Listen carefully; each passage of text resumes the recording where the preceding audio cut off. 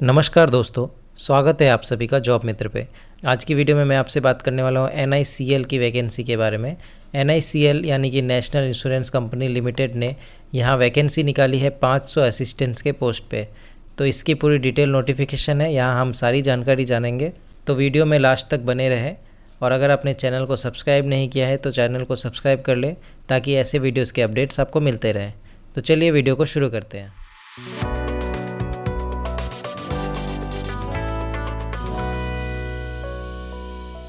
तो ये रहा कंप्लीट नोटिफिकेशन। यहाँ पे देखिए national insurance company limited a government India undertaking लिखा हुआ है।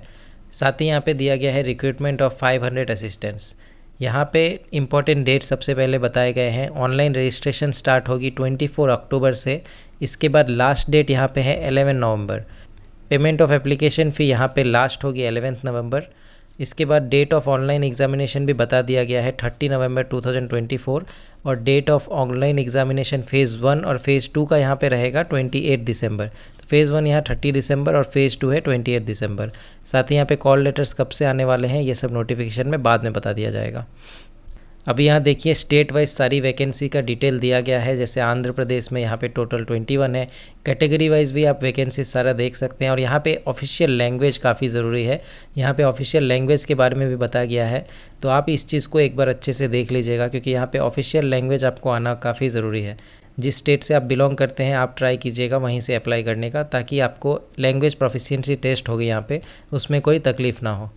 यहाँ पे टोटल वैकेंसी के बारे में बताया गया है। आंध्र प्रदेश की 21 है, अरुणाचल प्रदेश में 1 वैकेंसी है, असम में 22। तो यहाँ पे टोटल 500 वैकेंसीज़ आई है असिस्टेंट के पोस्ट पे। अभी नेक्स्ट हम बात करते हैं एज की।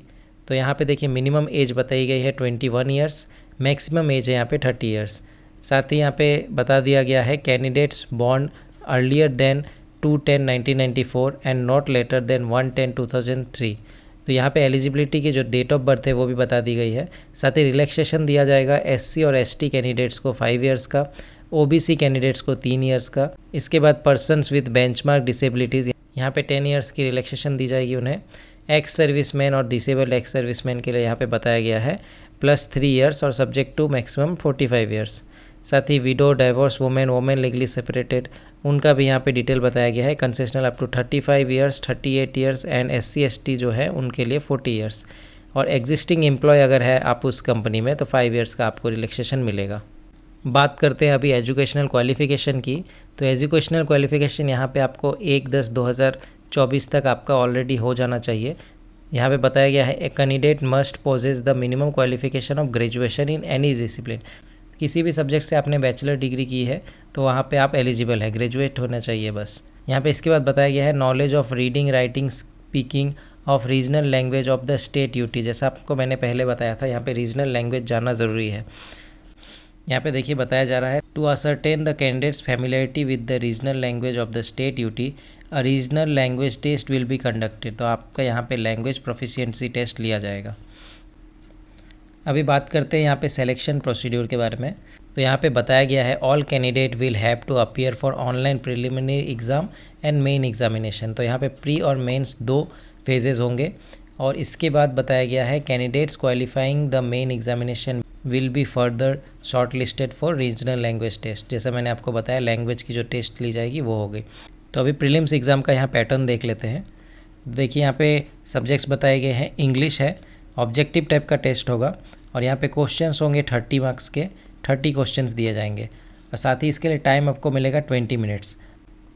इसके बाद सेकंड सब्जेक्ट है रीजनिंग एबिलिटी, ये भी ऑब्जेक्टिव है। साथ ही यहाँ पे 35 क्वेश्चंस 35 मार्क्स के, 20 मिनट्स इसके लिए भी दिए गए हैं। इसके बाद है क्वांट यानी कि मैथ्स, ये भी ऑब्जेक्टिव टाइप पेपर है। 35 मार्क्स का 35 क्वेश्चंस आएंगे यहाँ पे, 20 मिनट्स, टोटल 60 मिनट्स यानी कि 1 घंटे का एग्ज़ाम होने वाला है। 100 मार्क्स का आपका एग्ज़ाम होगा। ये पूरा ही एक बैंकिंग पैटर्न में आने वाला है क्वेश्चन। इसके बाद सेकेंड फेज़ जो कि मेंस एग्जामिनेशन होने वाला है, वहाँ पे रीजनिंग है पहला सब्जेक्ट जो कि 40 क्वेश्चन आने वाले हैं, मैक्सिमम मार्क्स 40। यहाँ पे मीडियम ऑफ एग्ज़ाम इंग्लिश और हिंदी आपको बताया गया है। 30 मिनट्स का यहाँ पे टाइम ड्यूरेशन होगा। इसका नेक्स्ट सब्जेक्ट है इंग्लिश, 40 क्वेश्चंस 40 मार्क्स, यहाँ पे 30 मिनट्स मिलेंगे आपको इसके लिए। सेक्शनल टाइमिंग होगा तो इस बात का आपका ध्यान देना है। इसके बाद न्यूमेरिकल एबिलिटी, यहाँ पे भी 40 क्वेश्चन 40 मार्क्स के होंगे। ये भी इंग्लिश और हिंदी में होंगे और यहाँ पे 30 मिनट्स का टाइम मिलेगा। इसके बाद जनरल अवेयरनेस जो भी करेंट अफेयर्स होते हैं वो भी 40 क्वेश्चंस यहाँ पे हैं 40 मार्क्स के। साथ ही यहाँ पे जो टाइम है वो 15 मिनट्स का दिया गया है। इसके बाद लास्ट आपका कंप्यूटर नॉलेज है, ये है 40 मार्क्स का, 40 क्वेश्चंस यहाँ भी और आपको 15 मिनट्स दिया जाएंगे। तो इनको टोटल किया जाए तो 120 मिनट्स का एग्ज़ाम होगा, यानी 2 घंटे का आपका मेंस एग्ज़ाम होने वाला है और ये होगा टोटल 200 मार्क्स का। तो इसी 200 मार्क्स के बेसिस पे मेरिट लिस्ट बनाई जाएगी और कैंडिडेट्स को भेजा जाएगा रीजनल लैंग्वेज टेस्ट के लिए। अभी रीजनल लैंग्वेज टेस्ट की बात करें, candidate short listed in the online main examination will subsequently be called for regional language test. यहाँ पे जो भी मेंस में सेलेक्ट होंगे उनको फिर रीजनल लैंग्वेज टेस्ट के लिए बुलाया जाएगा। साथ ही यहाँ पे बताया गया है रीजनल लैंग्वेज टेस्ट जो होगा वो क्वालिफाइंग नेचर का होने वाला है। यहाँ पे आपको स्कोर नहीं मिलेगा, स्कोर आपके जो मेंस में मिले हैं उसी बेसिस पे आपका सिलेक्शन होगा। ये बस फाइनल सिलेक्शन के लिए आपको इसे क्वालिफाई करना पड़ेगा, लेकिन अगर आप ये टेस्ट पास नहीं कर पाते हैं तो आपको डिस्क्वालीफाई भी किया जाएगा। बात करते हैं अभी एप्लीकेशन फ़ी के बारे में। तो यहाँ SC ST PWD और एक्स सर्विसमैन कैंडिडेट्स की यहाँ पे फ़ी रखी गई है 100 रुपीज़ और इसके बाद बाकी जितने भी कैंडिडेट्स हैं एक्सक्लूडिंग SC ST और PWD एक्स सर्विसमैन यानी जनरल OBC जो भी कैंडिडेट्स हैं उनको 850 रुपये यहाँ पे पे करना होगा। अभी बात करते हैं यहाँ पे प्रोबेशन पीरियड के बारे में। तो देखिए यहाँ पे प्रोबेशन पीरियड आपका 6 महीने का होने वाला है। इसके अलावा यहाँ पे एक पॉइंट बताया गया है जो काफ़ी ज़रूरी है। देखिए यहाँ पे बताया गया है candidate resigning from the company during the probationary period and candidates whose service are terminated. तो यहाँ पे 6 महीने के भीतर अगर आप जॉब छोड़ के जा रहे हैं तो आपको जितनी भी सैलरी दी गई है वो आपको रिटर्न करनी पड़ेगी और आपको एक्स्ट्रा 25,000 पे करने पड़ेंगे। तो ये एक तरीके का बॉन्ड आप कह सकते हैं, यहाँ पे आपको पैसे लौटाने पड़ सकते हैं। तो अगर आप दूसरे जॉब की तैयारी भी कर रहे हैं और आप इस जॉब को छोड़ेंगे तो आपको ये पेमेंट करना पड़ेगा। अभी बात करते हैं यहाँ पे सैलरी कितनी मिलेगी। तो देखिए स्केल ऑफ पे यहाँ पे बताया गया है स्टार्टिंग 22,405 रुपीज़, ये आपका बेसिक पे होने वाला है और टोटल जो यहाँ पे आपका बन के आएगा वो है 39,000 पर मंथ बताया गया है। Initial state in A metro city, तो यहाँ पे मेट्रो सिटी में आपका अप्रोक्स 39,000 के जैसा बनेगा। तो आप एक्सपेक्ट कर सकते हैं बाकी सभी शहरों में भी 36K प्लस ही होना चाहिए। तो काफ़ी अच्छी एक सैलरी यहाँ पे दी जा रही है। इसके बाद यहाँ पे नोटिफिकेशन में बाकी सारे फॉर्म्स मेंशन किए गए हैं। अगर आपके पास कोई भी सर्टिफिकेट है जैसे कास्ट सर्टिफिकेट या EWS सर्टिफिकेट, तो ये सब का फॉर्मेट आप यहाँ पर देख सकते हैं। ये थी ओवरऑल नोटिफिकेशन। अगर आप इस फॉर्म को फिल करना चाहते हैं तो 24 अक्टूबर से ऑनलाइन रजिस्ट्रेशन स्टार्ट हो जाएगा, आप वहां से फॉर्म फिलअप कर सकते हैं। इसके अलावा अगर आपको कोई भी और जानकारी चाहिए तो आप कमेंट सेक्शन में कमेंट कर सकते हैं। इसके अलावा अगर आपको कोई भी जानकारी चाहिए तो आप कमेंट सेक्शन में कमेंट कर सकते हैं। अगर आपको वीडियो पसंद आया हो तो वीडियो को लाइक करें, कमेंट करें और साथ ही शेयर करें इस वीडियो को ज़्यादा से ज़्यादा।